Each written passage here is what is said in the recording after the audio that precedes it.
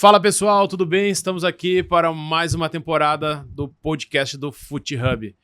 Um episódio muito especial hoje, que vou deixar aqui para o meu parceiro nessa jornada, Fernando Carvalho, apresentar nosso convidado. Tudo bom, Fernando? Tudo bem? Daí, Jogão, tudo bem? Nossos amigos, alunos, ouvintes, seguidores, é um prazer esse trabalho do nosso podcast, onde a gente se comunica, né, com as pessoas do futebol que querem estar envolvidas. E hoje eu, com muito prazer, quero trazer para vocês aqui uma das pessoas com quem eu convivi ao longo da minha vida de dirigente, que eu mais admiro, que eu mais gostei de ter convivido, e que sempre que eu me refiro a ele é como forma de elogiar pelo que ele representou para nós naquele momento e pelo que ele representa hoje no mercado. Márcio Rodrigues, grande Magrão. É um prazer, presidente, estar aqui contigo. Fico lisonjeado com as palavras e tu sabe que é recíproco, né? Tu sabe que muito da minha história que eu tenho aqui no Sul, a família, tenho esposa, tenho filho colorado, esposa colorada, passa muito por você, né? Por você e por outros, como o Giovani, que me trouxeram para o Inter, abriram as portas e a gente nunca perdeu esse contato. Eu sempre falo para todo mundo que, para mim, um exemplo de dirigente, e teve até aquela polêmica na época da eleição, e eu falei da amizade que eu tenho contigo, que eu estava do outro lado da eleição, da amizade que eu tenho, eu quero aproveitar para falar isso, da amizade, do carinho e do respeito que eu tenho. Pouca gente sabe, mas a minha família, meu filho, chama tio Fernando, a gente frequenta a casa do Fernando, a gente tem uma relação de amizade que ela ultrapassou o futebol. E tudo isso se deu graças ao futebol, porque o Fernando era um dirigente que não era só ali dentro do campo que existia a cobrança, que existia o dia a dia. O Fernando sempre, e eu levo isso muito comigo, o Fernando tinha um lado pessoal com nós jogadores. Sempre trazia as lideranças para casa dele, numa segunda-feira à noite, para conversar, para saber como estava o ambiente. E isso deixava a gente muito... ao mesmo tempo que deixava a gente tranquilo, nos passava um ar de cobrança, de responsabilidade, porque o homem forte do clube estava apostando na gente ali, acreditava muito na gente. Então, muito daquela geração vencedora que a gente tem, e sem dúvida nenhuma, se eu perguntar para qualquer outro jogador, quando a gente se encontra, a gente fala, a geração vencedora do Inter, a história do Inter, ela teve aquela história, a primeira, a segunda história, o Rolo, depois Falcão, e depois a geração que vem em 2006 a 2010, a geração vencedora, Fernando, ela passa muito por ti. E isso ninguém pode tirar, independente do que possa acontecer no Inter, que possa vir a ganhar, mas tu marcou, porque você montou aquela equipe, tu criou aquele ambiente, e aqueles jogadores que chegaram se identificaram com o clube, porque você fez a gente se identificar com o clube. Você trouxe para os mais velhos, para os mais jovens, a responsabilidade de entender o que é internacional, da importância que era. Eu venho numa reformulação, em 2007, tu me explicando, sabendo por que eu estava vindo, tinha acabado de ganhar um Mundial, precisava de uma reformulação dentro da equipe, jogadores como eu, Guinha Azul, chegando para reformular com sangue novo, com sangue no olho de novo, e assim, eu não esperava que eu teria tanto sucesso, que eu seria tão respeitado pelo torcedor colorado. Me arrepia até hoje, porque por mais história que eu tenho em Palmeiras e Corinthians, a minha história no Internacional mudou muito a minha vida, e por isso eu quero aproveitar aqui e te agradecer, como eu já fiz várias vezes, né? Eu sempre falo isso, mas agradecer para todo o público saber, agradecer a tudo que tu fez por mim, de me trazer para cá, e além de me trazer para cá, todo o apoio que você me deu e que você sempre me deu pós-futebol. Quando eu saí do Inter, o primeiro cara a me ligar, parece até estranho, sou estranho, né? Eu estava numa situação contra a oposição 8 meses antes. Quando eu saio do Inter, a primeira ligação que eu tenho no dia seguinte, pela manhã, é do Fernando Carvalho, me dando vários conselhos, me pedindo calma, que ele me conhece. Então, assim, presidente, eu sou muito grato em nome, não em meu nome só, mas em nome da minha família, e talvez uma geração toda vencedora do Inter, que se hoje é tratado com respeito e idolatria na cidade, graças ao senhor que foi buscar a gente, trouxe a gente e nos colocou no caminho certo. E Fernando, mas essa relação não veio de 2007, né? 2007 o torcedor sabe que ele chegou no Inter, mas tu vinha acompanhando ele, né, desde quando? Não, sabe que a maioria dos jogadores que vieram, e o Magrão veio no momento em que o Giovani era o vice de futebol, não era eu. o Giovanni me ligou naquela época e aí eu ajudei de alguma maneira, mas a ideia foi do Giovanni, né? A vinda dele foi ideia do Giovanni, né? Não, mas o senhor me ligou. Eu também liguei. Tu me ligou? Eu também liguei. Para explicar o projeto, Exato, eu também liguei, mas o Giovanni partiu do Sim, Giovanni. Partiu do Giovanni. Ficou umas 2, 3 semanas em São Paulo. Partiu do Giovanni. Giovanni foi espetacular. Mas assim, o desejo de ter o Magrão no Inter vem desde a base, né, Magrão? Sim. Desde o tempo que eu era diretor da base, 96, 97, eu acompanhava o futebol das categorias de base do Brasil inteiro, e o Magrão pertenceu ao São Caetano, mas jogou no Santo André, Tá São Paulo 98. Tá São Paulo, que nós fomos campeões. Sim, e a partir dali, eu tentei a sua contratação. Na época eu estava saindo do clube, era o Paulo Rogério Amarti o presidente, e eu me afastei, mas fiquei até a São Paulo. E aí o Magrão, naquele momento, não deu, mas eu sabia que um dia ele viria. É que naquele momento o São Caetano passou por uma cogestão com as Casas Bahia, com o Saul Klein, e aí ele segurou todos os jogadores jovens. Mas eu acho que eu lembro, eu fiz um jogo contra o Grêmio, que tinha Ronaldinho naquela época, Gavião, e a gente o Santo André estava na chave até São Paulo e eliminou o Grêmio. E aí a gente falou que tem um jogo à tarde, Santo André e Grêmio, e assim, fiz uma partida marcante, assim, histórica para mim, joguei muito bem. E logo no outro dia seguinte já me ligou o São Caetano, ó, o pessoal do Inter tá de olho em você, querem te levar. Aí eu nem imaginava que era o seu Fernando, não imaginava nada, mas sabia que já tinha sabia interesse. da sondagem. Sim. Já. Isso aí. E o Magrão naquela época era um futebol mais refinado. Era mais pra frente, né? Era um meia, né? Era um meia. Mas, Magrão, como é que começou essa história toda? Tu começou no São Caetano, aí teve esse empréstimo pro Santo André, aí o São Caetano se destacou. Assim, tu fez parte de um grande time do São Caetano. Histórico, né? Na verdade, assim, a minha história, ela é... Muita gente fala que tinha que escrever um livro da minha história, porque eu venho talvez, de uma das maiores favelas do Brasil, que é o Heliópolis, e essa favela, ela é divisa, presidente, com São Caetano. Vai jogar São Caetano sem passar por dentro da favela, beirando a favela. E assim, família humilde, de não ter, às vezes, nem comer em casa. Essa história já é balé, todo mundo já sabe. E eu vou fazer teste em São Caetano. Pra jogar futebol de salão, vai ter um teste em São Caetano. Todos os meninos da favela, descemos uns 5, 6, 7, 8. Descemos do morro ali, de São João Clímaco, ali a gente desceu, foi fazer teste no Sub-17, eu tinha 16 anos, fiz teste Sub-17 e não passei. No São Caetano? No São Caetano. Isso, vamos pôr uma data, 15 de agosto. Eu jogava no time da Várzea, que meu pai jogou sempre, que é o Flor São João Clímaco. Meu pai jogava, meu irmão hoje joga, então é o time tradicional nosso bairro. Como é próximo a São Caetano, era o jubileu de ouro do clube, 50 anos, acho que era isso, não sei se é jubileu de ouro, era isso, 50 anos do clube. O São Caetano Sub-20 foi convidado a jogar contra esse nosso time, que é o primeiro quadro amador da Várzea. E eu tinha 16 anos. Vamos lá. 2 semanas atrás eu estava fazendo o teste em São Caetano e não passei. Eu sei que acabei com o jogo. Joguei, deu tudo certo, eu já jogava livre, né, no time dos meus amigos, time da Várzea, ganhou 3-0 e durante o jogo o senhor Jacó, que era o treinador sub-20 de São Caetano, me parou e falou: garoto, você na Copa do Mundo, correndo pra caramba. Eu falei: ô tiozinho, segura 3-0 aí. Acabou o jogo, esse tiozinho mudou minha vida. Esse tiozinho me chamou e falou: quantos anos você tem? Eu falei: 16. Ele falou: vai buscar tua identidade, você não tem 16 anos. Tu é muito experiente pra ter 16 anos. Você não tem. Eu falei: quer jogar no São Caetano? Eu falei: até quero, mas eu fiz teste no Sub-17 e não passei. Ele falou: não, 17 não. Tu vai pro Sub-20. Marcou um treino pra mim na terça de manhã. Pô, eu, na época meio maloqueiro, tá? Desci, chega lá, teste. Tinha uns 30 meninos. Aí, volante, meia. Falou: quem é o garotinho lá de São João Clímaco? Do Heliópolis. Falei: sou eu. Entra lá.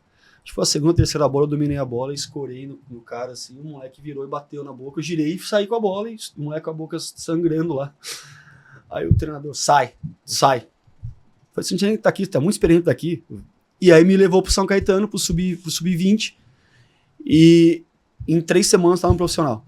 O Molina, que era o José Carlos Muito, estava vendo o treino, junto com o doutor, que era o prefeito, falou: quem é esse garoto? Esse garoto aí é do morro aqui, não tem nem contato com o Sub-20. Não, o moleque tem que estar no time de cima. E aí começou essas indas e vindas, e aí nessa me emprestaram pro Santo André, e quando eu volto já tem uma cogestão com um time estruturado, que aí traz tudo. Como é que era aquele time? Qual era a escalação daquele time? Que assim, tem 2 escalações. Tem a primeira versão, né? Porque assim, o que acontece? A gente sai... quando a cogestão entra, que hoje seria uma SAF, quando eles assumem o clube de São Caetano, a gente está para ser rebaixado.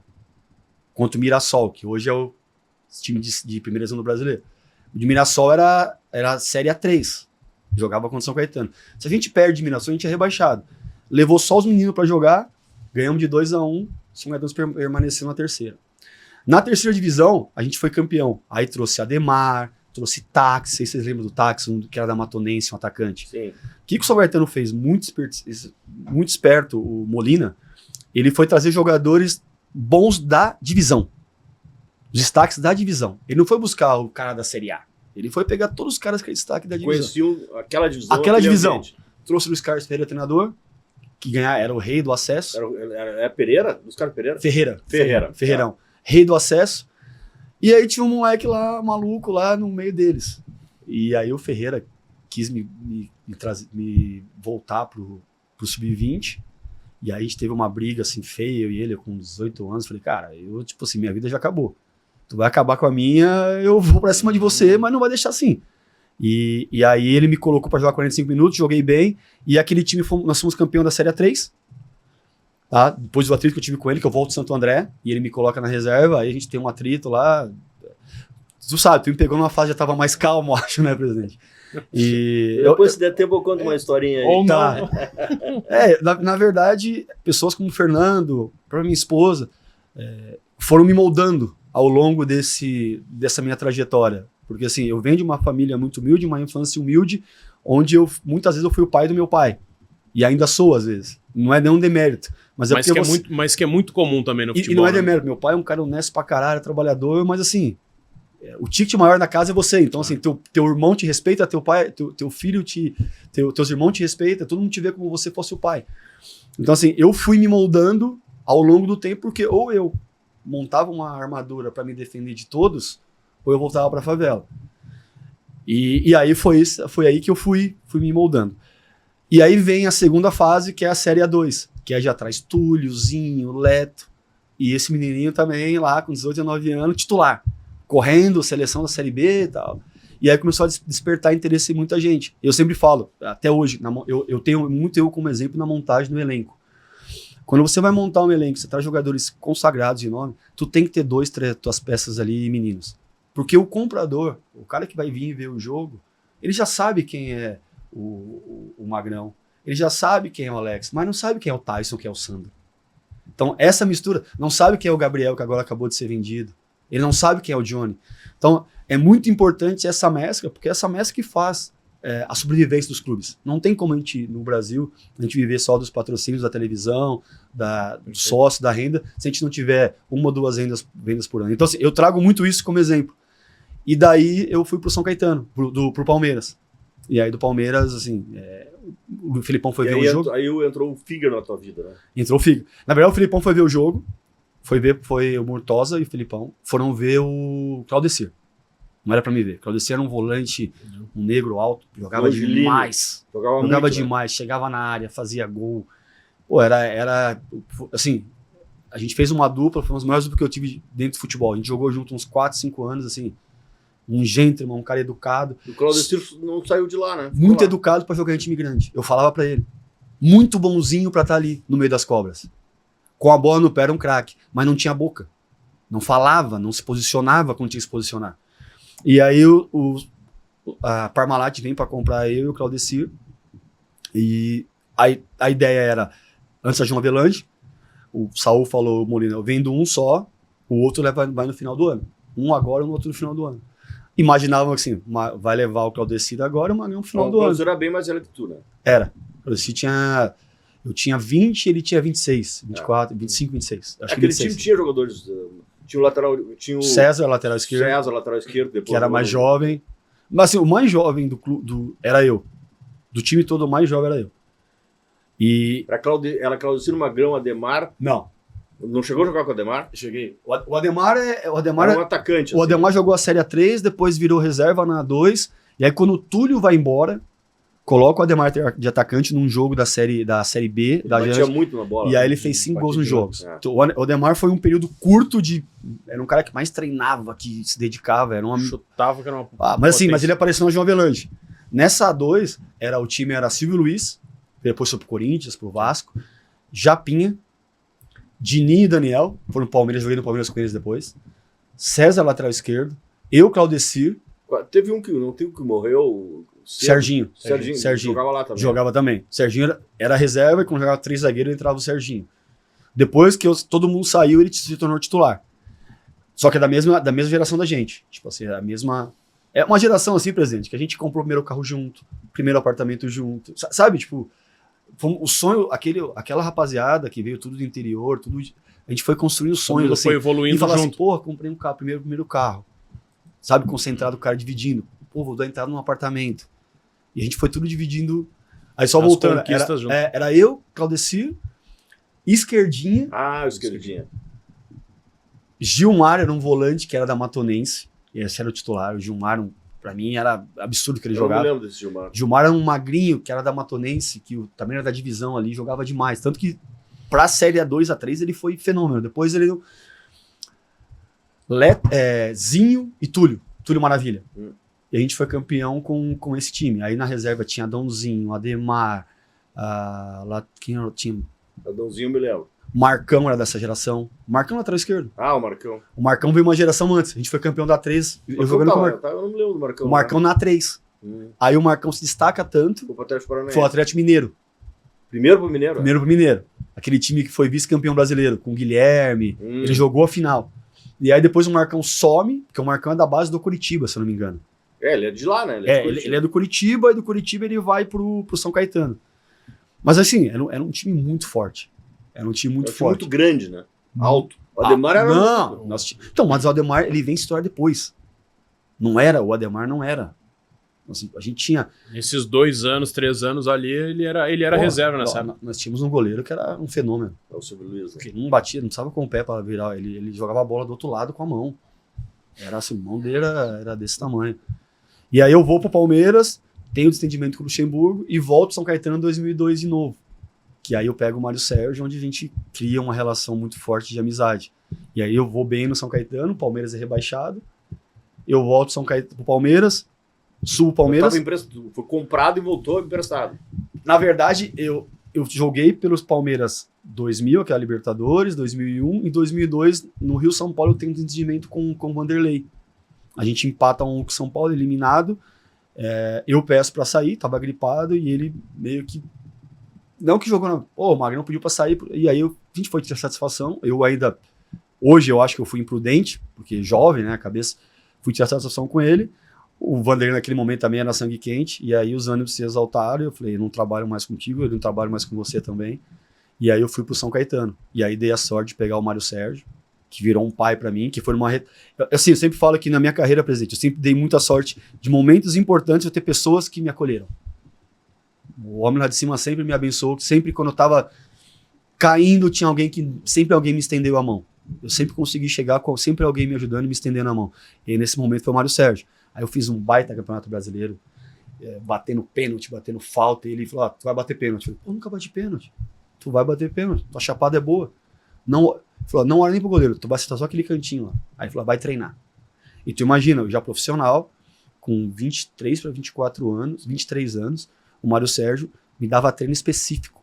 Ele falou, tu baixou o maneta, jogando de volante. Ele ficava do outro lado, colocava um monte de cone. O Eudes me dava a bola. Ele levantava uma cor do colete. Eu tinha que falar a cor e acertar entre os... Ele falou, pô, teu passe é muito bom, cara. Tem que fazer esse treino. Então, assim, como eu não tive base, o Mário Sérgio me... Era essa pergunta que eu te comento. E ele falou assim, ó, bate a bola ali. Eu falei, não, jogador que dá certo sem ter base é difícil, né? Eu não tive base. Minha base foi futebol de salão, né? E aí ele falava, vai bater pênalti. Professor, não tem como. Professor, caralho, não sou professor. Não estudei pra ser professor. Tu trabalhou com ele. Ele pegava a bola e batia e fazia. Já mais corou e acertava lá. Aí eu comecei a bater pênalti e falava assim, Silvião, desse tamanho. Pra defender meu pênalti. Ninguém pegava o pênalti de Mário Sérgio. Ele vinha, virava a cara, batia de um lado do outro. E aí me ensinou a bater pênalti. Me ensinou Isso já tava no profissional. Aí eu volto pro Palmeiras e o Palmeiras traz Jair Pisserni, que foi quem me ajudou lá atrás. Com o meu início, que tipo assim, que entendia as minhas loucuras de minha maloqueiragem, de querer... Que eu queria até assim, eu nunca falei isso, mas quando você vem muito de baixo, presidente, eu queria contestar muito. Assim, eu não queria pôr o tênis e meia, eu queria de chinelo.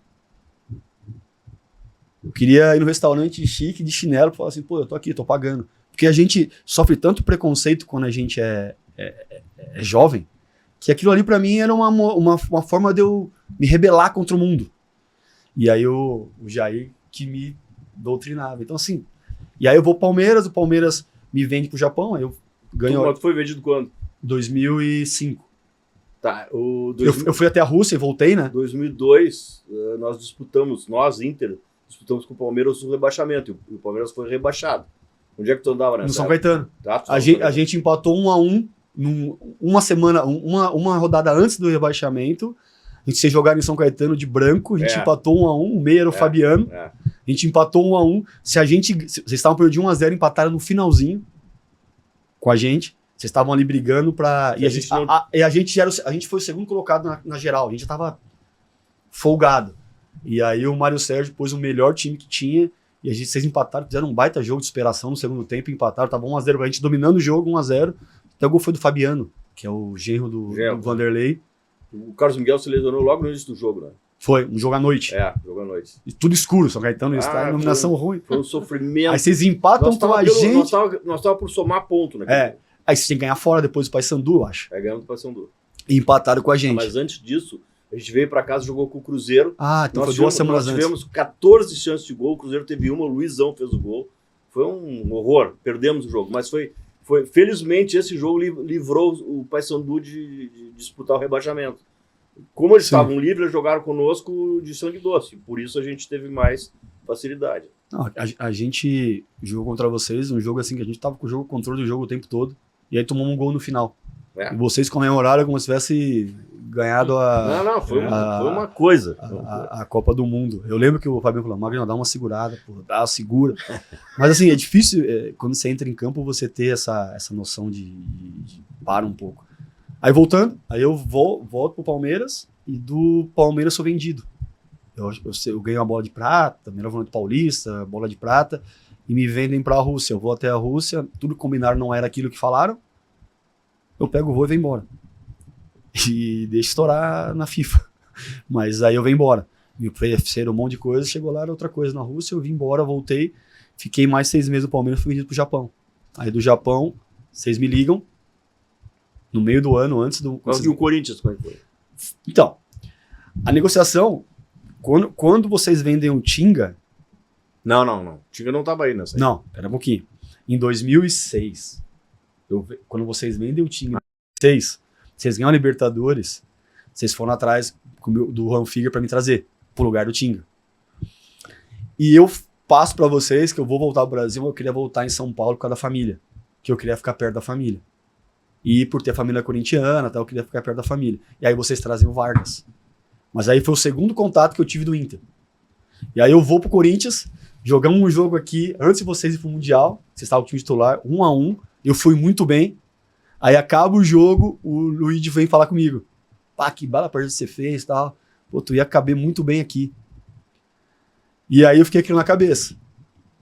Quando eu volto pro Corinthians, jogo com o Corinthians, vocês são campeão do mundo, faz uma Libertadores irregular, e eu muito bem no Corinthians, na Copa do Brasil, muito bem. O treinador era o Carpegiani. Assumi o Carpegiani no lugar do Leão. Aí o Nilmar me chama e falou, meu, o pessoal lá quer você. Me falaram que querem você. Aí eu falei, caramba. Eu tinha, naquele momento... O Nilmar recente tinha voltado. Não, o Nilmar falou, vai que eu vou também. O Nilmar não tinha ido. Não tinha ido. Não. O Nilmar falou, vai que eu vou. Tu conviveu com o Nilmar no Corinthians? No Corinthians. A gente pegou o Paulista. Eu fiquei, a primeira parte dele, ele estava lesionado no Brasileiro. Depois não pode jogar junto no Paulista. Aí eles perguntaram referência minha pra ele, alguma coisa e tal. E aí ele pegou e falou, ó, vai que depois eu vou. E nesse momento, tipo, eu tinha proposta Cruzeiro, Fluminense, Internacional. Assim, eu tava com... Não ia voltar pro japonês. E tinha uma proposta do Hertha Berlim do... Mas tu era do Japão, né? Era do Japão. Só que eu tinha o Hertha pra ir, Berlim, e o Feyenoord da Holanda. Eu tinha 5 propostas, entre elas o Inter. Uma era o Inter. Aí eu fui eliminando, eu falei, pô, jogar no Fluminense, querer Maracanã, pô, como era difícil. Eu quero ir e voltar vai ser foda jogar lá. Sabe, na minha cabeça, pô, eu tinha que saber onde eu ia me adaptar melhor. Pô, Mineirão pesado pra caramba. Lembra quando era grama Mineirão? Era um peso, você afundava. Fala, cara, jogar no Beira-Rio era sempre bom, cara. Aquela grama fininha, torcida em cima, o time pegando. Eu joguei um dia à noite aqui, esse outro dia à tarde. Sempre o estádio... Eu fiquei, pô, vou me identificar. Na minha cabeça, eu fui eliminando o que eu achava que... E aí eu fiquei fazer diferença pra ti dentro de campo. Pra que eu possa render. Claro. Porque assim, eu sabia que o Maracanã, pra mim, era um jogo diferente do Maracanã. Pra um cara que era que nem eu, que queria ir e voltar, era desgastante fazer isso no Maracanã. Eu sofria quando jogava lá. Talvez depois eu me adaptasse jogando lá. Mas eu sofria. Mas, pô, jogar no Maracanã não vai dar. E aí ficou o Inter. Aí ficou na Alemanha, aquela coisa da Alemanha e tal. Nisso, o Giovanni viaja pra São Paulo, fica 3 semanas no hotel. A gente se falou umas 5, 6 vezes. Apresentou o projeto, apresentou tudo que era internacional. Tal. E isso foi cada vez mais assim, pô, o cara sair daqui pra ir até São Paulo falar comigo, pô, ele me deu uma importância, um valor muito grande. Ele me deu um valor assim que às vezes você tem esse valor no mercado, mas você não tem noção. Tu tá tão na bolha. E aquilo lá me mudou o meu pensamento. E aí quando começou a vir, vamos, Alemanha, eu falei, cara, não vou. Aí meus empresários, não, eu falei, eu não sei nem se eu assinei alguma coisa em branco, eu assinei acho que um contrato, não sei nem se foi de gaveta, e assinei, falei pro Giovanni, tá aqui, eu vou pro Inter. Deixa um resolver agora, só que eu vou contigo. Então assim, eu meio que me apalavrei com ele, não sei se foi de contrato ou foi de boca, a gente se apalavrou. E ele sabe isso, a gente se apalavrou, eu falei, aí ele me ligava, meu, estão falando que você está vendido pro Hertha Berlim, as notícias. Eu falei que eu vou pro Inter, já te dei minha palavra. Não precisa só se ajustar com o time japonês, vocês têm que se ajustar lá com os caras, não sou mais eu agora. Porque essa novela aqui tomou uma proporção, né? Porque a torcida tava esperando, como tu falou, né? O tamanho do jogador naquele momento pro Inter. Foi uma contratação que foi importante. Né? Então, até aquele momento, o Inter pagou $1 milhão e pouco pro Magrão. Mais ou menos. Porque na verdade... E era um valor que a gente não pagava, né? Sim. Não era normal pagar. Não, foi... Como eu vou te dizer? Assim, eu me senti muito valorizado.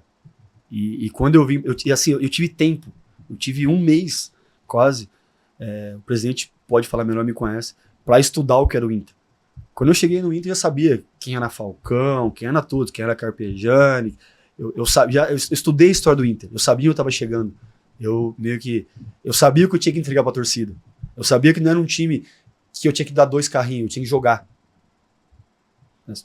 Modéstia à parte, nosso rival, se você dá 2 carrinhos, tu vira aí do Inter, você pode dar 10 carrinhos. Se você não pôr a bola no chão e jogar, a torcida não vai te aplaudir. Então, assim, eu tinha na minha cabeça que eu tinha que ser o que eu fui no Palmeiras. Não só o que eu fui no Corinthians, que eu tinha que ser um misto. Palmeiras é parecido, você tem que jogar. Palmeiras... eu acho que muito eu ter dado certo no Inter foi a minha história no Palmeiras também ter dado certo. Palmeiras é academia. Então, só raça, tu não joga no Palmeiras. Se você não fazer gol, se você não pôr a bola no chão e não jogar, tu não joga no Palmeiras. É complicado. E o Inter, a história do Inter de volantes como Falcão, Carpegiani, esses caras, tu tinha que jogar. Então, assim, eu vim meio que... E tu tava vindo pra cobrir, querendo ou não, né, na lembrança do torcedor, a vaga do Tinga, né? Que também tinha tido uma carreira ali muito exitosa. Então, também tinha esse peso, né? O presidente sabe, são caras diferentes. Por mais que são 2 jogadores identificados e que tem a raça, que joga, o Tinga é um cara de mais boxe, mais chegar na área. O Tinga é um cara, motorzinho. De entrada. O Tinga é um motorzinho. Assim, jogaria eu e o Tinga junto. Se encaixava num time, com um volante como o Edinho, como o Sandro atrás, os 2 se encaixavam. Porque o Tinga corria o campo todo. E o Tinga, assim como eu, era mais atacante. E aí nós fomos andando uma linha para trás. Eu era um cara mais que vinha trabalhando a bola, era o cara que a bola daquele time, para chegar na frente, ela sempre passava por mim. O presidente pode falar, era sempre, assim, o início da jogada ela vinha por mim. Então, assim, eu ficava muito perto do Guinha Azul e do Edinho para sempre ter essa bola. Porque o Edinho era o passe curto, quando ele dava 3 dedos longo, era um desespero. Pode, Edinho. E o Guinha é o cara que mordia e entregava curto. Então, assim, para essa bola chegar no Nilmar... Ele era o guerrilheiro do meio campo. Essa saída limpa que organizava o time era contigo. Quando caía no Magrão, o Magrão ia arrumando... O Magrão limpava tudo, né? Limpava, acalmava, né? Segurava para ver quem é que, né, que penetrava, onde é que era o... O que eu tinha muito que fazer era, que hoje se fala muito, era encontrar essa bola entre linhas, pro D'Alessandro, o Alex e o Nilmar. O Nilmar era uma bola mais longa. Por eu conhecer o Nilmar, a gente tinha, esse lance era muito fácil pra mim. Porque quando eu domino a bola pelo lado direito, o Nilmar, ele sempre vem pra receber, nunca recebe no pé. E ele gira rápido. Então, assim, como o D'Alessandro vinha pra dentro, confundia o lateral esquerdo, e a gente deixava esse espaço pro Nilmar jogar, que é tudo o que ele queria. E essa bola minha era uma bola boa, que era uma bola saindo e voltando, que ela saía... E aí tu tinha a característica do Alex, que tinha a bola de fora da área. Então, se o cara deixasse o espaço fora da área, o Alex chutava. Se tu botasse por dentro, o Nilmar... Cara, pra mim, aquele time de 2008, dos times que eu joguei, foi o melhor time que eu joguei. Eu também. De qualidade, né? Cara, a gente jogou atingiu o maior rendimento. A gente joga uma final contra Estudiantes, com 1 a menos desde os 20 minutos, e não toma sufoco. Como se nada tivesse acontecido. É um cara, sem mudar o time, né? 2 linhas de 4, só eu era mais adiantado, eu fechei para fazer um segundo volante com o Edinho, fechamos 2 linhas de 4, o Alex veio pelo um lado, o Dali pelo outro, o Nilmar na frente. E não teve sufoco, não teve bola de ficar tomando... A gente pegava a bola e jogava. Tanto que o pênalti foi numa jogada que nós tava com 10 já. Tava com 10. Tava com 10. Na jogada de saída do Nilmar. Assim, o Nilmar era muito rápido. O Nilmar, além de ser habilidoso, era rápido. Então, assim, até treinar contra... Eu falo pros caras que naquele time da gente era mais difícil. Jogar o gauchão, tá? Com todo respeito ao gauchão. A minha semana era mais difícil do que o jogo. Porque eu tinha que marcar Alex, tinha que marcar Nilmar, tinha que marcar Tais, time de baixo, tinha que marcar Andrezinho, tinha que marcar... Mas era um baita grupo, né? Era um baita grupo. Era assim... Foi bem montado, filho. Cara, eu falo pra todo mundo que aquele grupo lá foi um grupo especial, porque tinha muita gente com personalidade diferente, muitas lideranças, mas queriam a mesma coisa, sabiam o que queriam. Tá? Então, assim, foi um grupo diferenciado na montagem por isso, porque tinha várias coisas diferentes. E qualidades complementares, né, mano? Então tu falou do meio de campo, tu pegou 3 características do meio de campo que um complementava o outro e potencializava. O D'Alessandro e o Alex não eram jogadores rápidos, mas o time era muito rápido por causa do Nilmar, né? E quando entrou o Tyson, então... Não, aí ficou, aí complementou. Só que tem uma coisa, assim, que todo mundo fala, né? Hoje em dia os caras falam assim, pô, por hoje ter muita... dos tempos, né? Mudou os tempos daquela época pra hoje. Então, assim, tem muita mídia, toda hora todo mundo tem um canal pra falar do futebol, pra falar do Inter. Assim, com todo respeito, todo mundo fala de futebol, tá? Algumas propriedades, outros menos. Mas todo mundo fala. Naquela época, a gente sabe, o bicho pegava dentro do vestiário. O bicho pegava. Tipo assim, era assim, de cobrança, de dedo na cara. Ficava lá, né? Mas de cobrança de dedo na cara, assim, eu lembro, sempre falo dessa história. Então, jogar contra o Boca, nós entramos no vestiário, todo mundo quieto. Quieto, assim, sério. Aí um olhando pra cara do outro, assim, quieto. Aí o Vitória entrou no vestiário e falou assim: "Tão com medo do Boca? Todo mundo quieto." Todo mundo olhou pro Vitória, assim: "O que esse cara tá falando, meu?" Todo mundo tá concentrado. Então, assim, tinha uma cobrança de olho no olho, um com o outro. Depois que acabava o jogo, a gente tava junto, tomando cerveja. Eu falo mesmo, assim, o pós ganha jogo. Se eu tenho intimidade contigo fora de campo, dentro de campo eu te cobro. Eu te mando aquele lugar. Mas eu tenho respeito. Mas quando eu não tenho intimidade, eu não tenho como te falar. Eu não tenho como te cobrar. E aí uma cobrança leve parece que é pesar. Então, assim, a gente tinha o índio saia do treino e ia pra minha casa. Ficava jogando baralho com meu pai. Sabe? Então, assim, a minha esposa, a gente é todo mundo amigo. E os problemas que a gente tinha pequeno ali de grupo, a gente resolvia muito fácil. Já resolvia nesse ambiente. Teve um problema com o Índio e o Álvaro, antes do Grenal. O presidente sabe dessa história. O início dos dois, coisa boba. O Álvaro veio com muita técnica, de muito tempo de Espanha. A gente tem que vascularizar. A gente tem que fechar. A gente ganha um jogo, pega um jogo na Sul-Americana, não sei que jogo foi que a gente ganhou. E fomos pra cá fazer um churrasco. Estão fazendo um churrasco. Aí o Nilmar pensou: o Álvaro tá brigando. E tinha Grenal no domingo. Os caras estão brigando na minha casa. Eu falei: mano. Aí minha esposa, que é a minha falou: eles estão brigando, estão discutindo. Aí eu fui falar com o Álvaro, foi embora. Saiu, foi embora. Foi que foi, Índio. Que foi? Falei pra ele, a gente meteu 4, aqui tá a casinha. Essa bola não entrar, tá bom. Ele quer ficar falando pra mim que eu tenho que fazer, já ganhamos o jogo, estamos aqui tomando uma cerveja. Isso é o Índio, né? Aí no outro dia eu falei para os caras, chamei os caras, falei: tem Grenal, não vamos brigar entre nós, tem que brigar com os caras. Aí sentei lá, os caras, e fiquei conversando com os dois. Tal. O Tite fica sabendo que tem uma confusão, o Tite chama eles na sala, O Tite, pô, queria falar com vocês e tal, o que tá acontecendo. Não, já conversamos com o Magrão, se acertamos. Aí o Tite me deu um livro, me chamou, na sábado, véspera do Grenal, que até eu fiz o gol, que foi da Fernando Carvalho. O Tite me chama no quarto. Bolívar, ó, o treinador vai falar contigo. Falei, puta que pariu, vai me tirar do time? Essa Treinador chamar no quarto? Ele sempre achava isso. Essa hora, né? Ele vai contar uma melhor. Depois tu conta. Aí vai me tirar do time. Aí ele me chamou e falou, ó, me deu um livro, ao amigo que se fez presente. Eu não sei o que aconteceu, mas sei que você resolveu, quero te dar parabéns e tal. E teve a do Fernando Carvalho no... Não, que jogo que foi? Universidade do Chile. Católica Inter. Clebinho me chama no quarto. Antes do jogo esse, teve um jogo que o Tite tirou ele aos 42 do segundo tempo. Aos 42 do segundo tempo. Ele chegou no vestiário, ele quer me tirar do time, o homem quer me tirar do time. Eu tinha muita liberdade com o presidente. Ele quer me tirar do time. Magrão, pô, tu saiu aos 42. Ganhamos o jogo. Pô, ganhando o jogo, o que tu quer? Daí no jogo seguinte, ele botou todo mundo no banco, né? E aí, deu a escalação, foi pra palestra, o Magrão ficou sabendo na palestra que não ia jogar. Aí saiu da palestra e olhou pra ele, eu lhe disse. Ninguém tava jogando. Todo mundo reserva. Não, e ele, mas teve que tá... Não, aí teve mais uma dessa. É pessoal, é. Não, teve mais uma. O Kleber me chamou no quarto, o Kleber Xavier. Ô, meu, lá no Chile, nós vamos poupar você, da Alessandro, tá. A gente já ganhou o jogo em casa, a gente joga, se precisar a gente vai colocar vocês, se não precisar... Aí eu falei, não, cara, eu não quero sair. Quero jogar.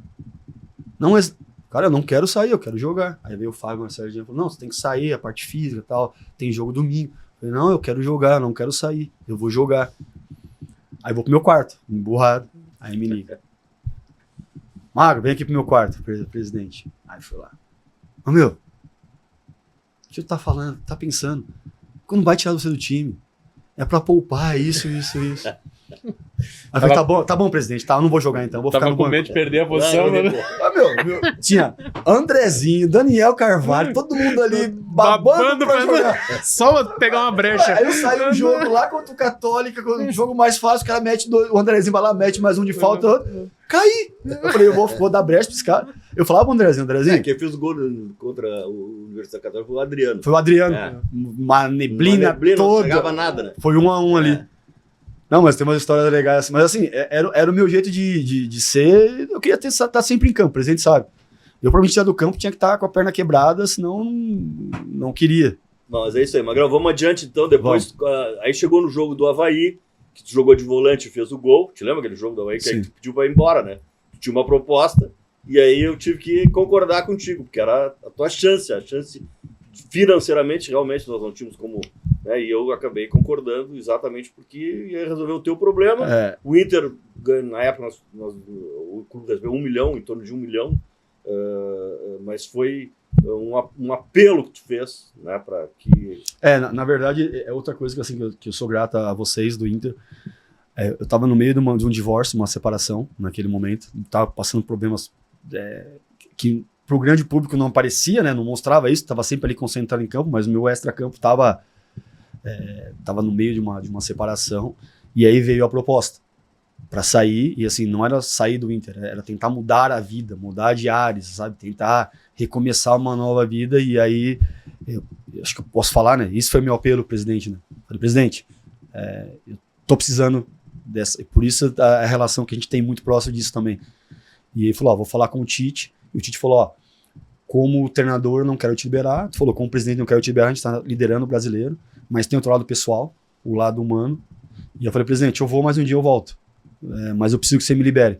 E aí o presidente, assim, nem fizeram muita força de ficar brigando muito, porque tinha um dia só já para definir a saída. E eu falei para ele assim, presidente, outra coisa, eu tô bem, mas tem um menino voando aí, Juliano. Daqui 2 anos esse moleque vai me engolir, tipo assim. eu falei, pô, o moleque tá jogando muito, daqui a pouco vai dar uma brecha e assim... tinha o Sandrão também. Tinha o Sandro, pô, tu tem uns meninos bons aí. Da posição, ele jogava. Eu falei, pô, nós temos um time muito forte. E aí o presidente acabou me liberando e eu viajei no mesmo dia, né? E aí tu tava com quantos anos, Magrão? 31. E aí tu já tá pensando nesse ciclo final, né? Então tu já tá vendo isso como uma oportunidade de mudança de áreas, um grande contrato. Eu vou te falar que, na verdade, o que eu pensei ali foi mais na minha cabeça mesmo. Mas Tá num outro ambiente. de estar num outro ambiente, tipo assim, eu tava psicologicamente pra fora não parecia isso, eu tava mantendo o meu rendimento, mas eu não tava legal. Assim, o meu dia a dia, o presidente sabe isso, não tava o mesmo. Então, eu precisava mudar. E foi muito bom, que eu dei sorte, cheguei lá, fui campeão, e aí marquei um nome lá também, graças a Deus, sou muito respeitado até hoje no clube. Era um clube que não ganhava nada há 15, 20 anos, e ganhou, e depois que ganhei também não ganhou mais nada, então assim, um clube grande lá, de história. E aí, pô, marquei, joguei um mundial, o primeiro mundial de um clube árabe eu joguei, fui bem. Então, assim, marquei uma história legal, meu filho nasceu lá, então eu tenho uma relação muito próxima. O Marcinho nasceu lá? Nasceu lá. Não sabia. O Marcinho é brasileiro, natural de Dubai. Ele é marrento, ele fala pros outros da escola, que acredita. Pai, manda a foto do meu passaporte, ele fala. Porque eles acham que eu não nasci em Dubai. Agora ele tá trovando todo mundo que ele nasceu em Dubai, né? O Marcinho nasceu lá.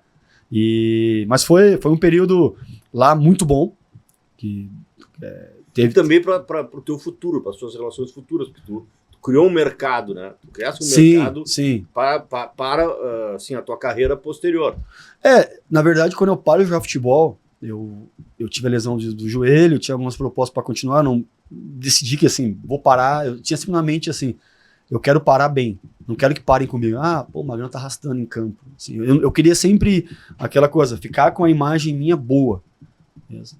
E eu fiz um campeonato gaúcho muito bom, veio bem contra o Inter, assim, ficou, o Magrão tem que voltar pro Inter, tá bem. E aí ali, tipo, eu falei, cara, o melhor momento que eu tô, assim, pra parar é agora.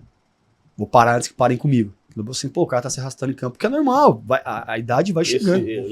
Relembrando, jogava o Bolivão e o treinador era o Roger. Era o Roger no Novo Hamburgo, né? Não, o Roger foi isso.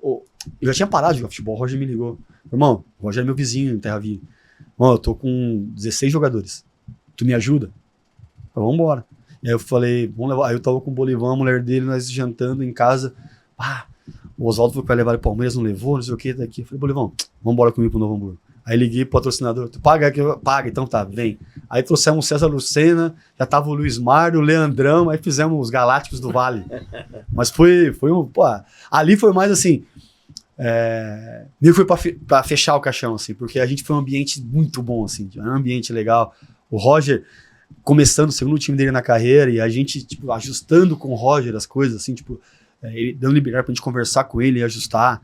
Então foi assim, 5 meses, 3, 4 meses no gauchão ali. A gente perdeu uns pênaltis pro Grêmio, a gente ia até mais longe, que foi mágico. E aí depois, quando eu parei de jogar futebol, fui viajar até Dubai, e aí o presidente me chamou lá e falou, eu quero levar um volante e me ajuda, assim, meio que... E aí ali eu comecei assim que começou a tua transição de carreira, começou meio que... Não foi pensada. Não foi pensada. Tipo assim, aí tu para de jogar futebol, só tá saindo. De repente é uma oportunidade de entrar. Porque aqui agora nós entramos no momento da nossa entrevista, do nosso papo aqui, que é exatamente o que os nossos alunos e as pessoas que têm interesse no nosso podcast querem saber. É exatamente a transição de carreira. Um jogador exitoso, que teve uma carreira brilhante, teve sucesso onde passou, né, e aí tu mudou de saiu do campo. Esse é um momento importante. Na verdade, assim, eu pensei nos primeiros 6 meses não fazer nada, pensar a carreira, pensar o que ia fazer, o pós. Na verdade, primeiro mês, tu acha que vai dar pra fazer tudo, tá tudo certo a tua vida, aí tu vai trocar a lâmpada da casa, tu vai comprar, não precisa de piscineiro, você limpa a piscina, você vai fazer tudo. Quando dá 2 meses, você não tá sem fazer nada, tu começa a entrar numa depressão profunda. Assim, eu lembro que eu falei um texto para jogar futebol, todo mundo me ligou, beleza. Minha mulher olhava pra mim, tá tudo bem? Tá tudo bem. Tá tudo bem, tô bem, era o que eu queria, sabe? Tá tudo bem, assim, firme, forte. Chegou um dia que eu chego em casa e a gente para o carro na garagem de casa. Eu olho pra ela assim e falo, só me dá teu colo, eu quero chorar. Não vou chorar nunca mais. Eu chorei como nunca chorei na minha vida. Porque eu sabia que não ia voltar mais. Chorei muito. Ali caiu a ficha. Eu falei assim, não tem mais volta. Eu chorei muito, assim, chorei e falei, cara, nunca mais vou entrar em campo, nunca mais vou pisar, não. Porque eu só sei fazer isso. Não sei fazer nada. Eu cresci e vivi sonhando em estar num campo de futebol. Os caras perguntam, como que é jogar pra 60 mil, mas não sei quantos mil assistindo. Pra mim é normal, porque eu sonhei e vivi pra isso. Eu só quis fazer isso na minha vida. Quando eu paro, o que eu vou fazer da vida agora? E aí eu comecei a chorar. Mas chorei, assim, coisa tipo de 5 minutos compulsivamente, que nem uma criança, assim, tipo, tivesse perdido meu pai, minha mãe, tivesse morrido alguém muito próximo, e eu, tipo assim, não parava de chorar, que eu falava, cara, acabou. E todo mundo via isso em mim. Falava assim, pô, ele tá muito bem, ele parou e tá bem. Mas eu não tava. Eu tava, assim, querendo mostrar uma imagem que não era. E aí veio a oportunidade de trabalhar, primeiro como intermediário, que aí presidente, o cara é no meio só de leão, né? Só dos... Mas isso tu já tava uns 6 meses já parado. Tava uns 3 meses. 3 meses. Eu viajo, depois do choro eu viajo a Dubai e lá eu começo a trabalhar. E aí, o cara, preciso de um volante. Aí tinha o Denilson aqui, levamos o Denilson, deu certo, foi muito bem. Aí um outro me liga, um atacante de lado, um atacante de rápido, não quero atacante pesado. Nilmar. Aí eu comecei a trabalhar o mundo árabe quase 2, 3 anos assim, tipo, um negócio atrás do outro, assim, e as coisas foram acontecendo. E era sempre pro mesmo clube, mano? Ou Na tu começou verdade, daí? não, comecei a andar porque, tipo assim, pelo respeito que eu tinha nos outros clubes, por ter jogado, assim, eu joguei num clube grande, joguei num internacional lá, num clube grande, devido à proporção pelo tamanho do país, pequeno, mas era um clube grande, um clube de massa, de torcida. Então, assim, os outros clubes me respeitavam. Eu ia no clube menor, e aí eu comecei, levei o Augusto, que jogou aqui, levei o Zé, aquele Zé Carlos, o grandão. Todos os negócios que eu comecei a fazer. Aí eu fui morar lá. E aí comecei a fazer todos os negócios. Quando eu voltei pro Brasil, falei, cara, eu só trabalhava 2 meses do ano, que era a janela de negociações. O resto eu ficava sem fazer nada. Vou começar a prospectar os meninos. E aí comecei a captar. Aí Matheus Henrique, o Léo Ortiz, o Nonato quase veio comigo, o Roberto zagueiro. O Nonato e o Matheus Henrique é do São Caetano. Os dois São Caetano. Os dois treinavam assim, a gente tem um projeto social em São Caetano e a gente aluga o campo São Caetano treinar. E lá apareceu o Matheus Henrique e o Nonato treinando. E aí meu irmão pegou e, tem 2 meninos aqui. Aí fomos ver jogar São Paulo, fomos ver Flamengo e São Caetano, que tava jogando o Vini Júnior, e o Matheus Henrique do outro lado. O Matheus era o 10, o Nonato era o 8. E a gente foi em cima dos dois, e aí ofereci pro Inter o Matheus Henrique. Acho que era o Vilmar, que era o ali da base. Ofereci o Matheus Henrique pro Inter. É muito pequeno pra jogar aqui e tal, não. E aí eu fui no Francesco. Fui no Grêmio, falei, Francesco, o Matheus Henrique, não, conheço, tem interesse, vamos trazer ele. Aí trouxe o Matheus Henrique pro Grêmio. E o Léo Ortiz, como eu tava muito lá no Inter, e o Ortiz e o Léo, são muito gente boa, a família deles são espetacular, eles. Fora de série. E tanto que a gente... Aí ele falou, toma conta da carreira do Léo. E aí, tipo assim, só que o meu trabalho, ele nunca foi o trabalho da negociação. Pra mim sempre foi o lado mais difícil, a negociação. Eu nunca gostei muito desse lado. Eu gostava muito assim de... Acabava o treino, o jogo do Matheus Henrique, levava lá, aí no meu escritório tinha uma TV e falava, Matheus, tá aqui. Mas nessa altura tu já tava em Porto Alegre de volta. Porto Alegre de volta. No meio do ano eu fazia as negociações com o mundo árabe, intermediário, e no restante do ano eu tinha jogadores. No Inter, no Grêmio, jovens jogadores da Juventude. E aí eu falei, qual que era meu trabalho? Até pro pessoal, não era o agente. E por que depois eu venho a ser dirigente?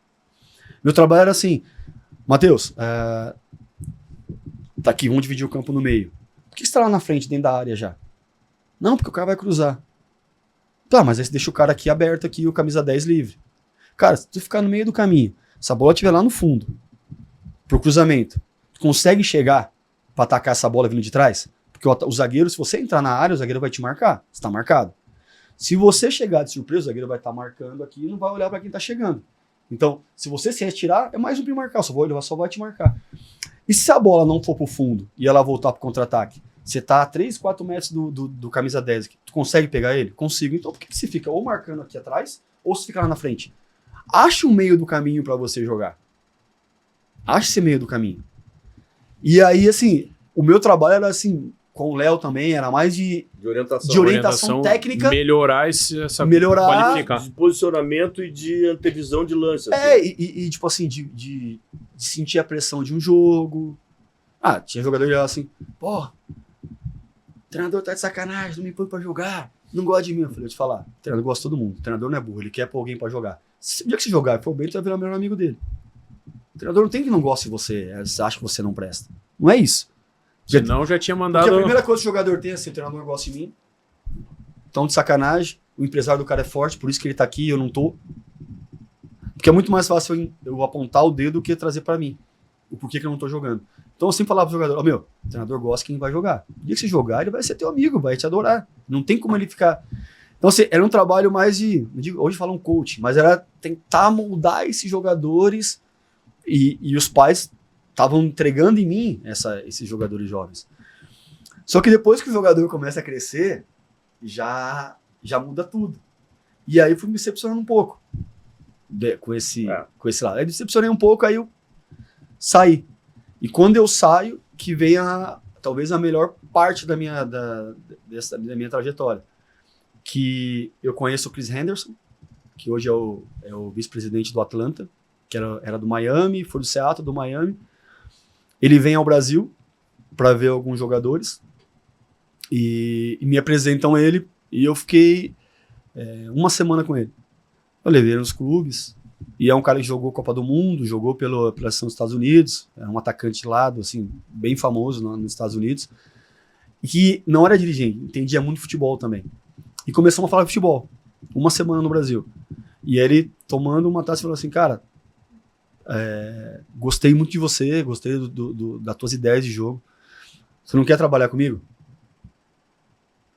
Eu falei, cara... Nesse meio tempo, tu já tinha aprendido inglês.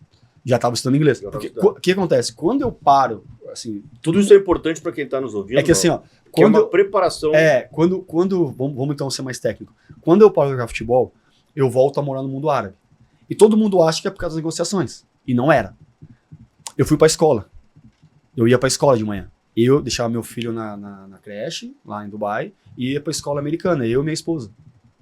Então eu ficava a manhã toda, tipo, a manhã toda estudando, indo pro colégio. Porque eu falei, cara, se eu for empresário, eu vou ter que... Pra mim eu vou ter que ler contratos em inglês. Então assim, o meu inglês, ele era muito pobre. E o inglês mais técnico, eu tinha que...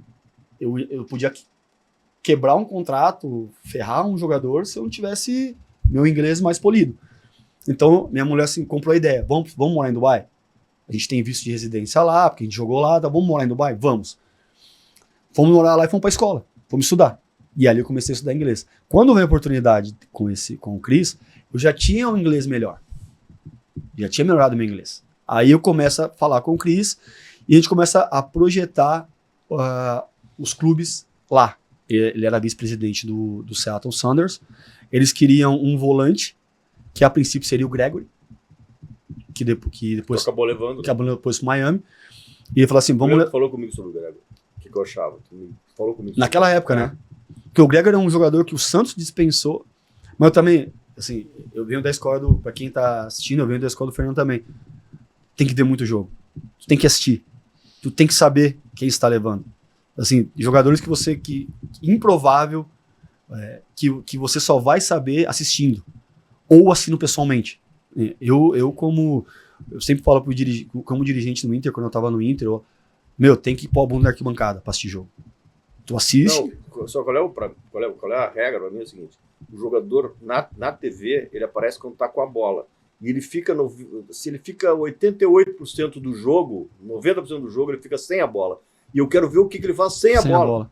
Entendeu? Por isso que eu tenho que ir no campo. E no contexto, né, Fernando? Se é um jogo que ele tá com a torcida contra, a favor, tá com o resultado a favor, contra, tá ganhando, tá perdendo. A primeira coisa que quando eu cheguei no Inter, eu falei, eu quero os scouts com a bunda na arquibancada, com a bunda lá no cimento, que a gente brincava antes.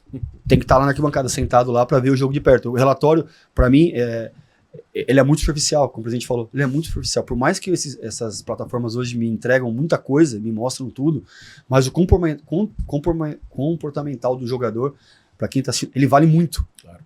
Porque assim, tu olha quando tomou o gol, quando fez o gol, então você consegue ver as reações ali em campo.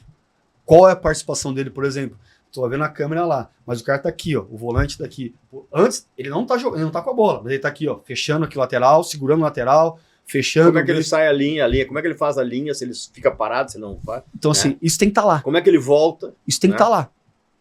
tem que estar lá. Aí a chance, não que vai ter 100% assertivo, mas a chance de errar. Ela vai diminuindo, né?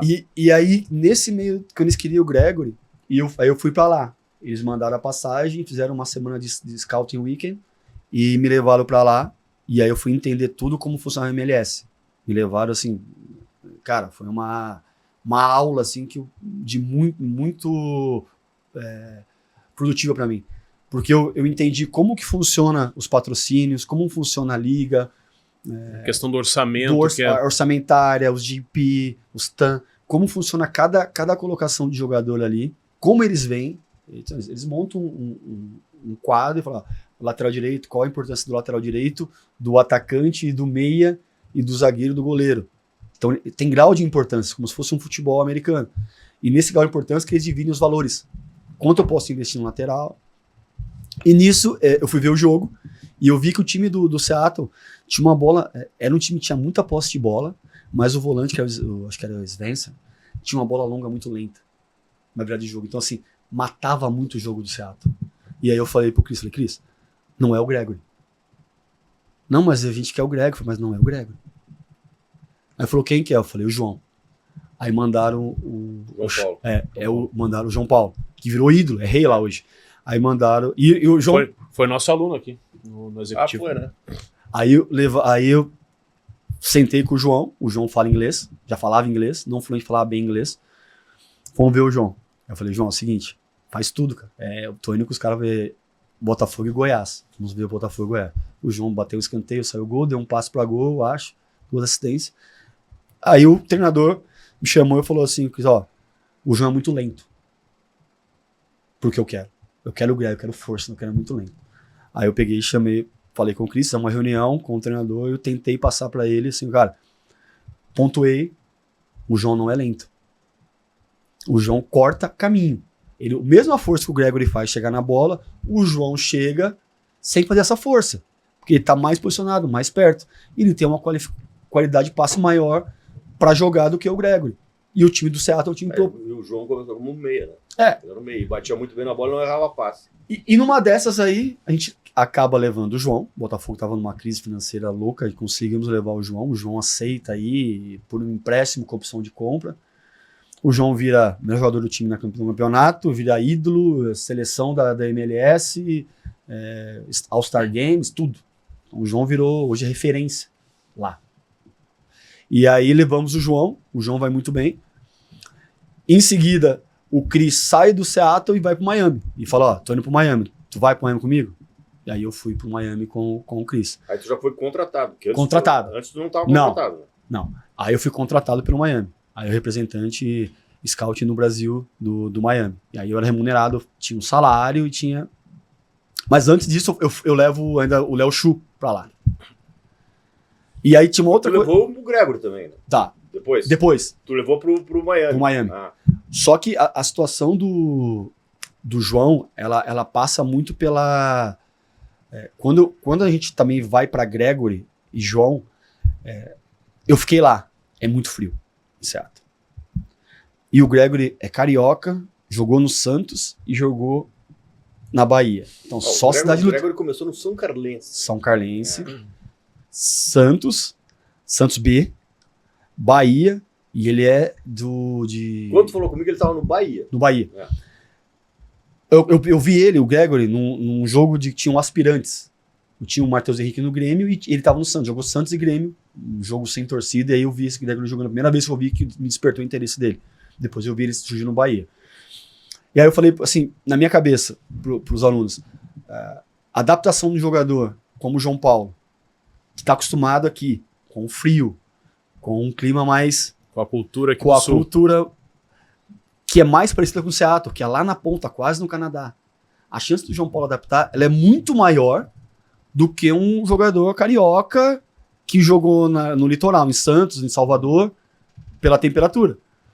Então, um dos motivos também, na hora de tentar emplacar o João Paulo e não o Gregory, foi isso. E aí também teve a negociação que não andou, que não era para ser o João Paulo mesmo, que era o Belitani, que era o presidente do Bahia. O Belitani tinha acabado de inaugurar o CT, falou, Magrão, não vou vender o Gregory porque você vai me matar. O Gregory era o ídolo, era o capitão do time. Num segundo momento, o Chris vai pro Miami e leva junto. Só que no Miami era montar uma equipe. Era sair de Matuidi, era montar uma equipe mais competitiva. Menos glamour e mais competitiva. E aí sim, entrava o Gregory. O Gregory era o cara que ia carregar o time. Aí fomos pro Gregory. E aí fechamos o Gregory lá. Aí num segundo momento, a gente entende que nosso time não tinha posse de bola. O Gregory arrastava, o Matuidi tava lá em cima, na linha alta, e a gente não tinha posse de bola. Aí levamos o Jean Mota. Aí o Jean... Que fez uma boa campanha do Santos, né? Sim. Sai do Santos É que o Jean, o que precisava do Jean? Eu precisava ter a bola. O Jean tem a bola. Eu entendi assim, mas o Jean, ele nunca emplacou como pela qualidade que ele tem. Mas você vê que assim, o Jean, quando ele jogou no Fortaleza, ele foi muito bem. Assim, ele não ia ter tanta pressão, ele estava sofrendo uma pressão muito grande no Santos naquele momento. Pressão até de invadir a casa dele, torcedor, xingando. Eu falei, cara, no Santos, no Miami, ele não vai ter essa pressão, ele vai ter uma tranquilidade para jogar. E ele tem muita qualidade técnica, o Jean. E aí encaixou. E aí foi a primeira vez que o clube chegou num playoff, foi quando tava Jean Mota, tava... E a gente nós tentamos levar ainda o zagueiro, eu vi jogando no 20 do Flamengo. Ele fez um jogo contra o Palmeiras, o Flamengo pôs time reserva contra o Palmeiras, o Otávio, tá no Porto agora.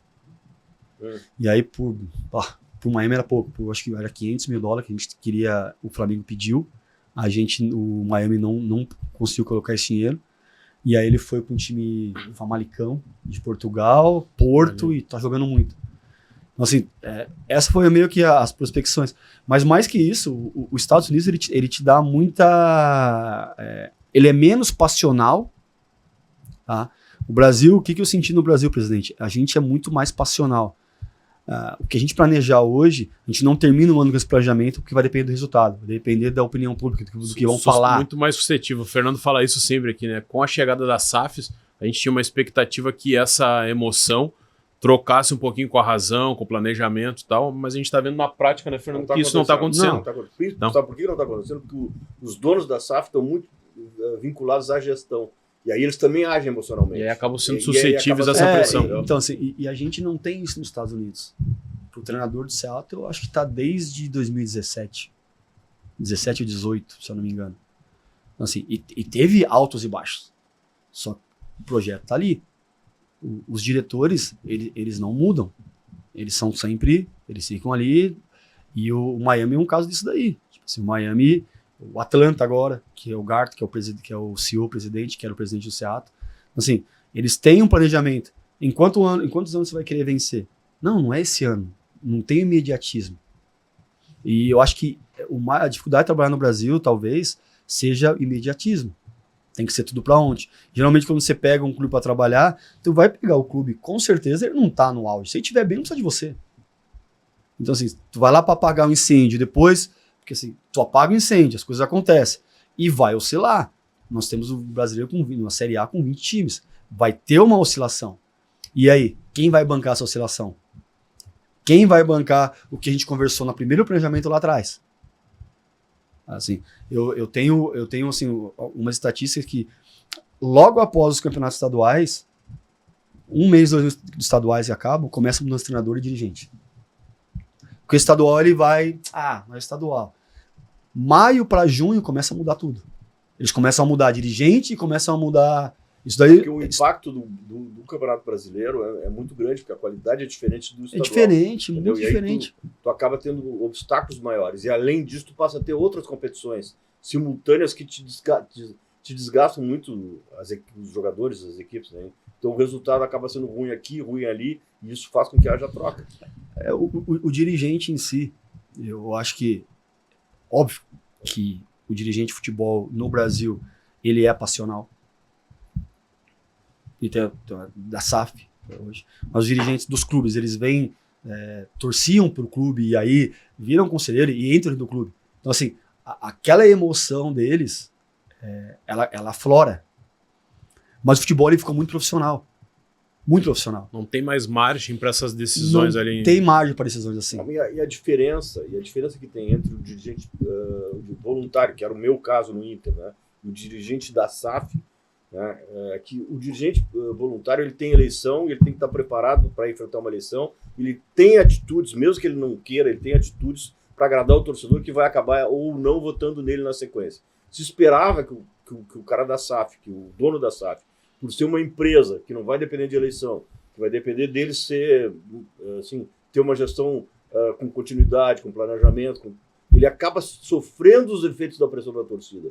E por ele estar muito próximo, pegar talvez a SAF mais adequada que nós temos hoje no Brasil é o Bahia, porque o dono está muito distante, o dono nem se sabe quem é, o City, o grupo City, que tem um grande gestor, que é o Ferran Soriano. Mas não é personalizado, não é personalizado. Agora tu pega o Botafogo, o dono da SAF, o Botafogo, tá lá, ele é que decide. É torcedor. É torcedor. Ele sentiu o gostinho da torcida. Então, foi picado.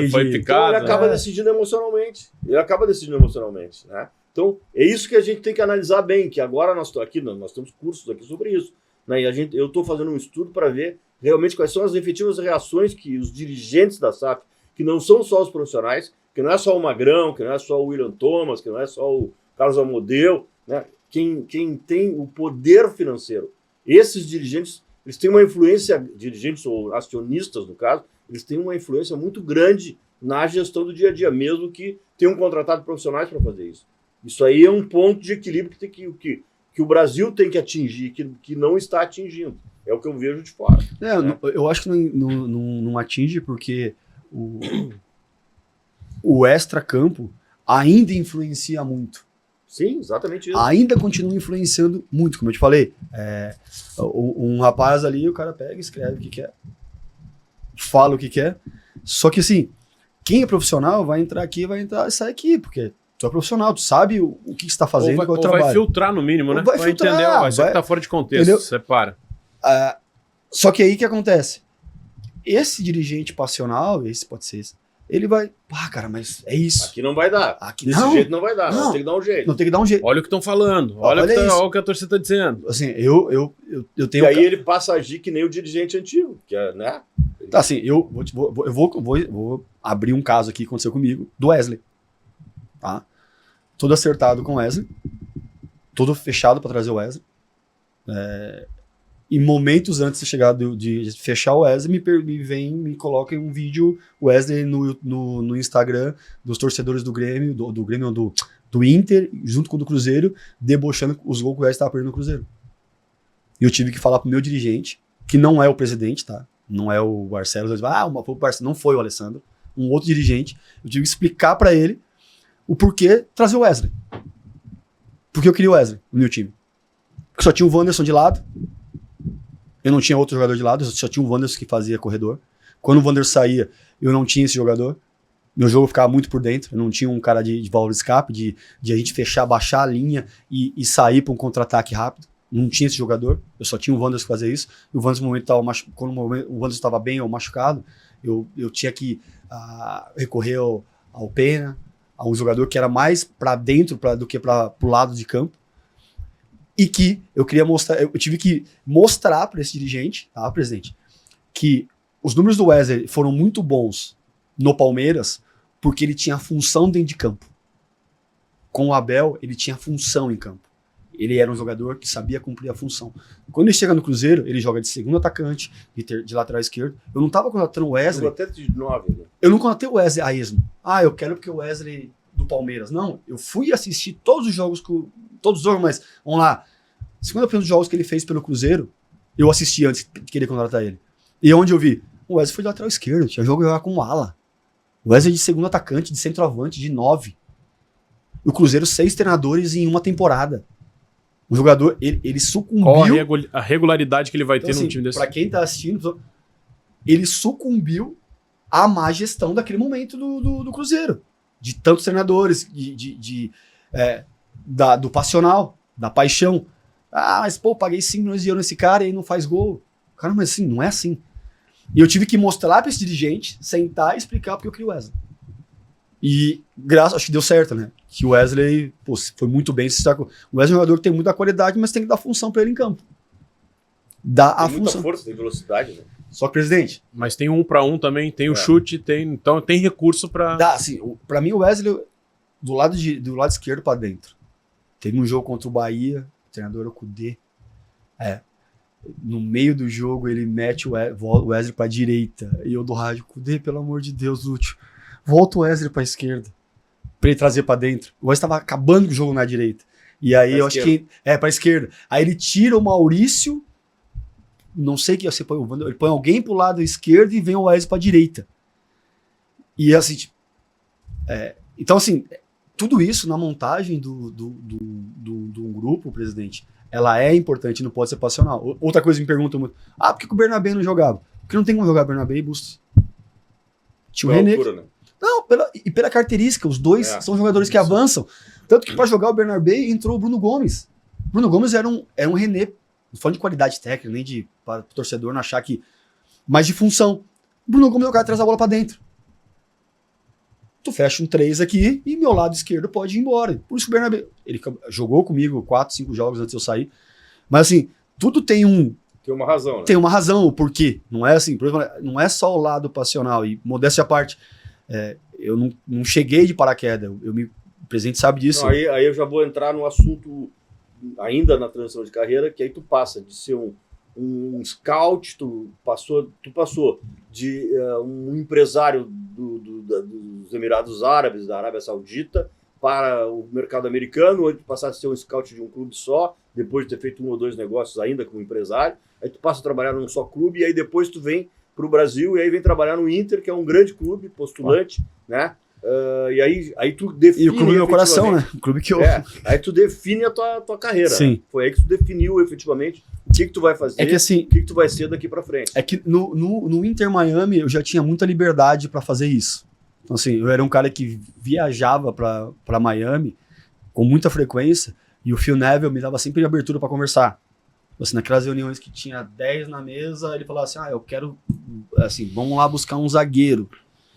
Aí eu falei assim, pô, Phil, tu quer um zagueiro rápido e forte, só que um zagueiro rápido e forte você quer ter a saída de bola.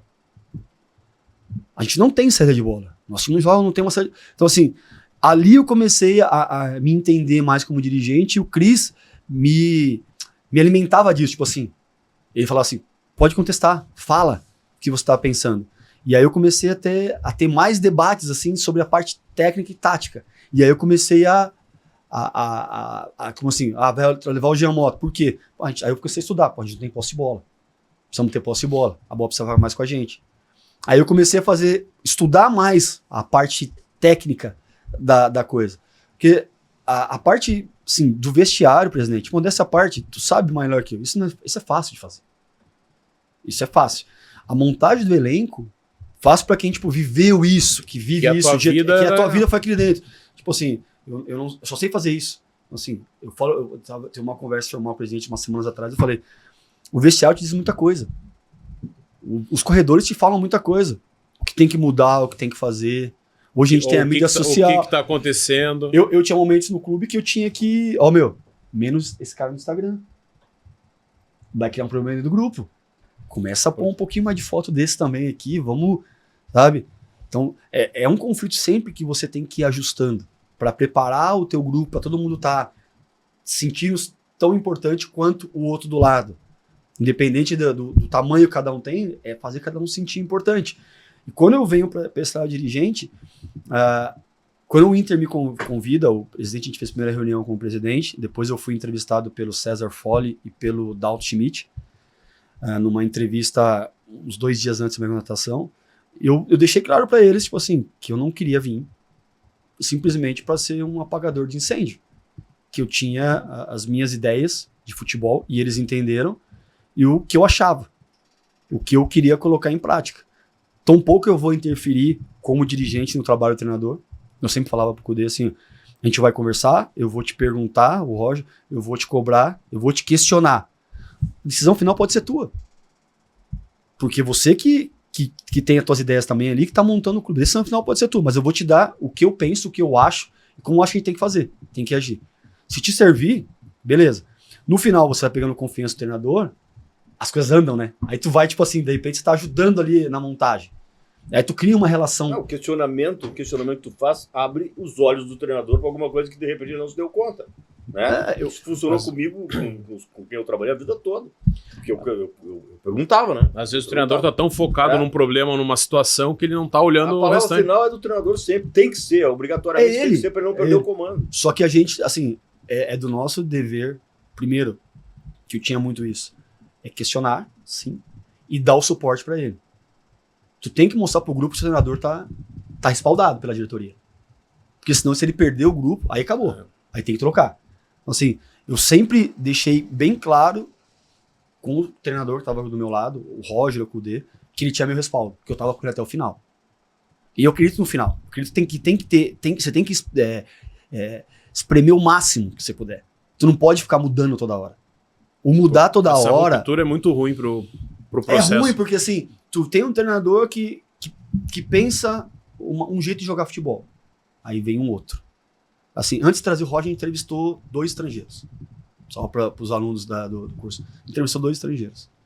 Como a forma de trabalhar? Minha forma é assim, assim, assim, de força e tal. Tá, beleza. Acabou de sair de uma enchente. Eu não tenho campo pra fazer isso. As ideias do cara é muito boa, o cara é muito bom treinador. Mas eu não tenho campo. Tô treinando Alvorada. Que a água ainda tava subindo ainda. Lá tem um lençol que passa por baixo, então o campo ficava encharcado. Mesmo no sol, continuou subindo a água. A água tava encharcada o campo pra treinar. A gente não conseguia treinar. Aí, por que o Roger? Conhece a aldeia. Paixão. É daqui. Sabe que vai ter onde é a Alvorada.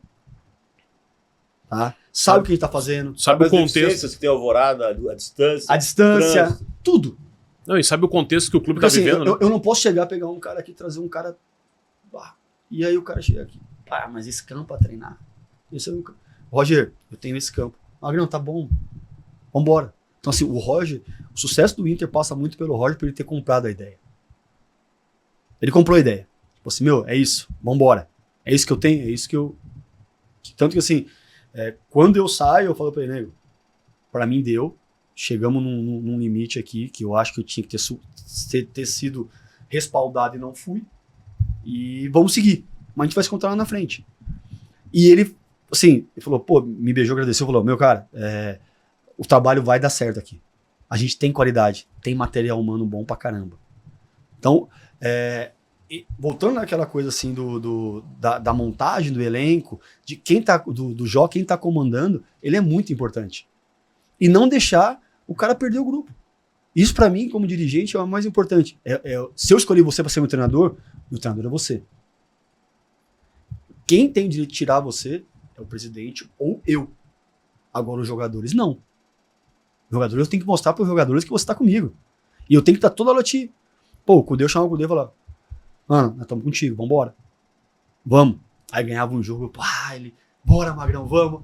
E é assim, porque o treinador também, ele é passional, ele se sente pressionado, ele sofre mais que... Porque você imagina um jogador, que no Kudê, que foi um jogador de alto nível, quando perde um jogo e ele sabe que ele não pode estar em campo para jogar.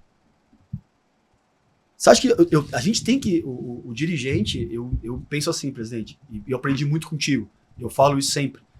A minha escola é Fernando Carvalho, é Mustafa Contursi, sabe? São caras que são proativos, que estão lá dentro no dia a dia. E eu tinha uma relação muito boa com o Alessandro por isso, porque assim, a gente sempre trocava ideia. Temos que respaldar o Kudê, temos que segurar. Quando trouxe o Roger, primeiro que eu falei assim, a gente tem Palmeiras, Atlético Paranaense, Palmeiras, só jogo difícil pro Roger. Atlético Goianiense pra cair lá fora. Assim, não vai ser o início forte do Roger. Bahia fora. Então você já tem que planejar sabendo que vai ser complicado os primeiros jogos, treinador. E você tem que dar o suporte para ele. Porque ele não pode sentir que não tá respaldado. Então, muito em cima disso, é como eu gosto de trabalhar. Eu gosto muito da montagem da equipe. Isso me fascina, sabe? Entender a montagem, entender... Gabriel, Otávio, que estão jogando hoje. A gente começou a trabalhar esses meninos em janeiro. Após estar em São Paulo, a gente pegou 8 meninos com respaldo do Caco, do David, que ainda estava no Inter. A gente pegou esses 8 meninos e começou a fazer um trabalho de força. Porque o Inter não tinha base, presidente. Desculpa. O Jorge Andrade veio e mudou muita coisa, ajudou muita coisa. O Inter não tinha base. Eu não conseguia colocar um jogador para treinar no profissional do Inter. Os jogadores vinham treinar com a gente, vinham fraco fisicamente. não tinha como eles postarem qualidade. Eu acudei e falei, não quero Ricardo Matias. Não quero esse. Quero jogador forte. E aí, encaixou o Lucas Drummond naquele momento, que é um jogador de força, jogador forte, e o Cudê gostou. Então, assim, a gente fez um trabalho, tirando os jogadores, Gabriel Carvalho, tudo, que esse moleque é um talento. O que ele faz no treino é loucura. Pra ter esse jogador que a gente fala de mesclar de elenco. De ter os jogadores jovens com os mais velhos, porque o Gabriel Carvalho que vai dar o suporte pra gente poder manter um Borré na equipe. Nós estamos encaminhando agora para o final e a gente tem conversado, e esses dias a gente conversou, e eu gostei muito de uma amostragem que tu fez para mim sobre o teu acompanhamento com as ferramentas tecnológicas de potencializar rendimento. Na verdade, quando eu chego numa equipe, ou quando eu estava num processo dentro do Atlanta, eu preciso entender o que eu tenho na minha equipe, qual maneira eu gosto de jogar. Eu, por si só, eu gosto de um time proativo, que tenha a posse de bola e que marque lá em cima. Para que eu possa ter um time que tenha a posse de bola e que marque lá em cima, eu tenho que ter um meio campo que tenha um bom controle de bola, que a transição seja rápida, e zagueiros rápidos. Os meus zagueiros não necessariamente precisam ser muito técnico, mas eles têm que ser rápido. Porque se eu jogar na linha alta, eu sempre vou proporcionar... Volta e meia vai ter mana. Vai ter volta e mana no meio. A minha saída, tá até aqui, a minha saída, eu sempre gosto de jogar com 3, não gosto de saída com 2, porque saída com 2, o adversário joga 2 lá em cima e fecha a tua saída de bola. Se eles marcarem com 3, eu vou sair com 4. Aqui eu vou fazer um parênteses, tá? Então, para o nosso aluno entender, que isso aí é uma conversa que tu tem com o treinador, antes da contratação. Antes da contratação. Né? Tu não está interferindo no trabalho dele. Sim, como é que tu faz? Tu vai chamar o treinador entre 3, 4 nomes com o mesmo perfil, porque nós trabalhamos aqui com perfil. Qual é o treinador que eu quero? Eu quero um treinador com tal perfil. Então eu vou pegar lá o fulano, Beltrano, Ciclano. Então, aí tu vai chamá-lo. E aí eu vou explicar para ele como é que tu quer. Como a gente quer jogar. E aí, de acordo com a cultura do teu time. Do teu clube. Tem clube que vai ser mais reativo. Aqui nós temos o seguinte, só para te explicar. Nós temos o treinador propositivo, o treinador reativo, o treinador de conceito. Por exemplo, tu tem o Carille, é um conceito. Ele tem aquele conceito dele e ele joga daquela maneira. Onde ele foi jogar no Santos, ele foi treinador do Santos, não agradou mesmo, tendo sido campeão. Por quê? Porque ele joga de uma forma... entregando a bola para o adversário. Os meus dois treinadores, os dois treinadores gostam da bola. Assim, só pro aluno saber, assim, partindo desse princípio que eu tava passando. Certo, não, eu vou só explicar para na verdade, assim, quando você vai entrevistar um treinador, você tem que estar com os teus conceitos alinhados com o teu presidente da diretoria do que você quer para tua equipe, na montagem de um elenco. E dentro da montagem do meu elenco, eu quero um time assim. Eu gosto de um time que tenha a bola, que seja proativo, que controle o jogo. Eu, como jogador, gostava de ter o jogo, eu não gostava de correr atrás. Então, assim, para mim ter esse time, eu vou ter que ter jogadores com essa característica. E aí, depois do treinador, vem a montagem do elenco. E a montagem do elenco, por exemplo, no Inter, o que a gente brigava muito, e quando o Mano começou a fazer isso, mas depende da parte física, que é importante. Hoje, os clubes têm que saber que tem que perder a bola e pressionar. Então, assim, você tem duas pressões que tem que dar. O time que perde a bola e recua, esse time não vence. O time tem que pelo menos dar a primeira pressão e a segunda pressão. O jogador quando tá sem a bola. E lá em cima. No momento da perda da bola. Não, no perda da bola.